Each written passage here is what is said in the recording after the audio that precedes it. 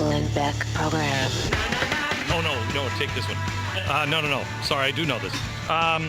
Welcome to the program from Jerusalem, Israel. Hello and welcome to the program. I want to tell you a story. In fact, I'm not going to tell it. I'm going to leave it up to Joe Walsh. He's a representative. He's a congressman from Illinois. He is a Republican, and he wanted to attend, along with many others, the Restoring Courage event. But there has been a little hitch in this. The Eagles broke up, and he's been out of a gig ever since. No, it's not that Joe Walsh. And, I loved Rocky Mountain Way. I mean, one of the great songs of the 70s, I think. I really do. No, it's a different Joe Walsh. I mean, I don't know if you've cut your hair since then. Had no idea you decided to get into politics. Stop it. Joe, welcome. Joe, you probably never heard that before. I want to meet that other Joe Walsh one day. Yeah, me too. So, all right, Joe, I heard this story last night, and I find this absolutely incredible. You want to start at the beginning and tell the story? Well, I will, Glenn, but again, I'm just a lowly little freshman, so when it comes to House ethics, you probably know more than I do. I mean, the International Israel Allies Caucus Foundation, a wonderful group, was going to, sponsor this fact-finding mission.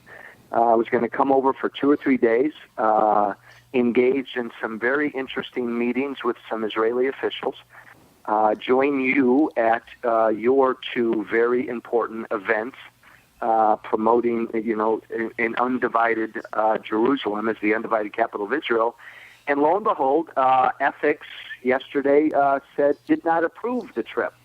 They listed a few reasons. Again, I'm not knowledgeable enough. They said your portion of the fact-finding mission had the appearance of a political event. They told me.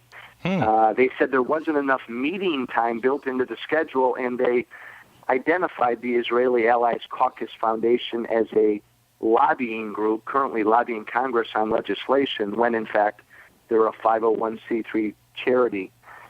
So it's terribly disappointing because I would have given anything to have, as a member of Congress, been there with you and seen firsthand what needs to be done to promote this issue of eventually, as quickly as we can, making Jerusalem the undivided capital of Israel. I will tell you something, Joe. You're not the only congressman that is having this problem.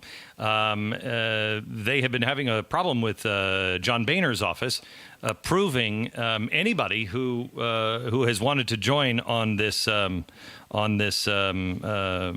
trip to Israel to stand. Mm-hmm. There were 35 congressmen. I think at one point, and there may have been more, I don't know how many are actually coming because they've had to self-fund everything. It is my understanding, Joe, that you were told, and may not have been you, that it was rejected twice. And then congressmen were told, well, if you find other funding for it, then you'll be able to, we'll approve it. Is that what you were told? Which makes... No, we were rejected, and we were not told that. That sounds even odder. I mean, that's bizarre. Yeah. They found the. Here's the thing, Joe. They found the funding, and they were immediately rejected. And if I'm not mistaken, the events, the Glenn Beck event, it's a quote, is not something the congressman should attend in office capacity based on the conflict of interest for him as a member. Now, I don't know what the conflict of interest is.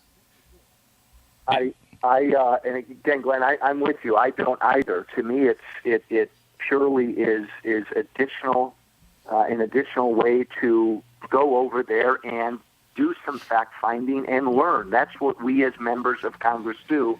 But for some reason, they shied away from what you are doing over there. Yeah, I wonder why. How did you vote? How did you vote, Joe? On the. By the way, I'm gonna post this. I'm gonna post this. And anytime anybody says that I'm a shill for the Republican Party, I want you to remember this. because this is the Republican Party standing in the way of congressmen wanting to come at this time where we have the Palestinians coming to the UN in September. We're just a few weeks away from what could be a global catastrophe. And at this time, congressmen want to come over, and because of me, or let me ask you this, how did you vote? Did you vote with Boehner last time, or were you one of the Tea Party holdouts? I voted no every single time. Yeah. I wonder Joe, if it's you or if it is. Go ahead. No, I was just going to say I was one of 22 Republicans that voted against the Speaker's own compromise plan. Mm-hmm. I'm just wondering if it is you and the vote to make sure that Boehner says to anybody who voted not with him, you better come through me and you better do as I tell you, or you're not going to get anything from me.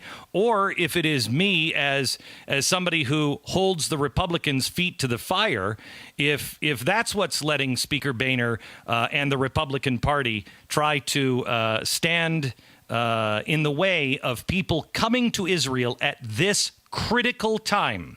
I'm just not sure what Speaker Boehner had in mind there, but it's an interesting policy. It is, and Glenn, keep doing what you're doing. You're right. This is a terribly scary time. This fall could be frightening, and we have a president, the first president in my memory lifetime, who is not pro-Israel. I mean, think about that for a moment.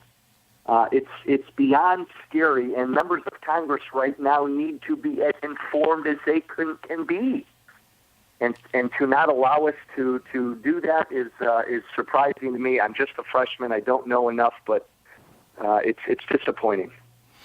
Congressman, we'll give you a free subscription to GBTV so you can watch it from home. But I wish you would have been here to meet with some of the Israelis, to see what it is actually going on in the streets, and to speak to what used to be known as our biggest ally in their gravest hour of need. Yeah. But I guess we're going to let politics from the Republican Party play. Congressman Joe Walsh from Illinois. Thank you, Glenn. You bet. Bye-bye. This has been going on now for a couple of weeks, and I haven't said anything because I wanted it to play out in the system. But Speaker Boehner, you should be ashamed of yourself. The Republican Party should be ashamed of themselves. They don't have to attend my event. Let them come to our biggest ally and the only friend we still have in the Middle East in their hour of need. They don't have to attend my event. In fact, I'll ban them. Does that make you happy? Let Congress come here. You should be ashamed of yourself for playing politics, and that's what it is, Boehner, and you know it. The Republican Party sickens me. There are so many good people in the Republican Party. There are so many good people that are in the Republican Party trying to fight for common sense values, trying to hold some semblance of the line of America, trying to hold together what little credibility we have overseas. But the Republicans would much rather punish bad Republicans. Good for you, Speaker Boehner. Good for you. Americans are done with politics as usual. They are done with charities that are over-bloated, that are top-heavy, and don't do what they say they're going to do. They're done with global corporations like GE that say, hey, we bring good things to life. Do you? You're raping us. You're not paying taxes and you're in bed with the government. You're raping us. We're done with it. We're done with it. And those with power are huddled together trying to figure out how they can hang on to power. You want to know the best way to hang on to power? Serve the people. fairly and honestly and openly. Stop with your political games. You think this is a game? You really think America is just going to last and keep going on for 10 more years? You think you can continue to compromise us into oblivion? You think you can just say, you know what we're going to do? This is going to be so bad for the president for re-election. We're going to let it go. We're going to go ahead. We're not going to cap the spending. We're just going to let it go ahead. Let him take the fall for it. There's not going to be anything left in the end.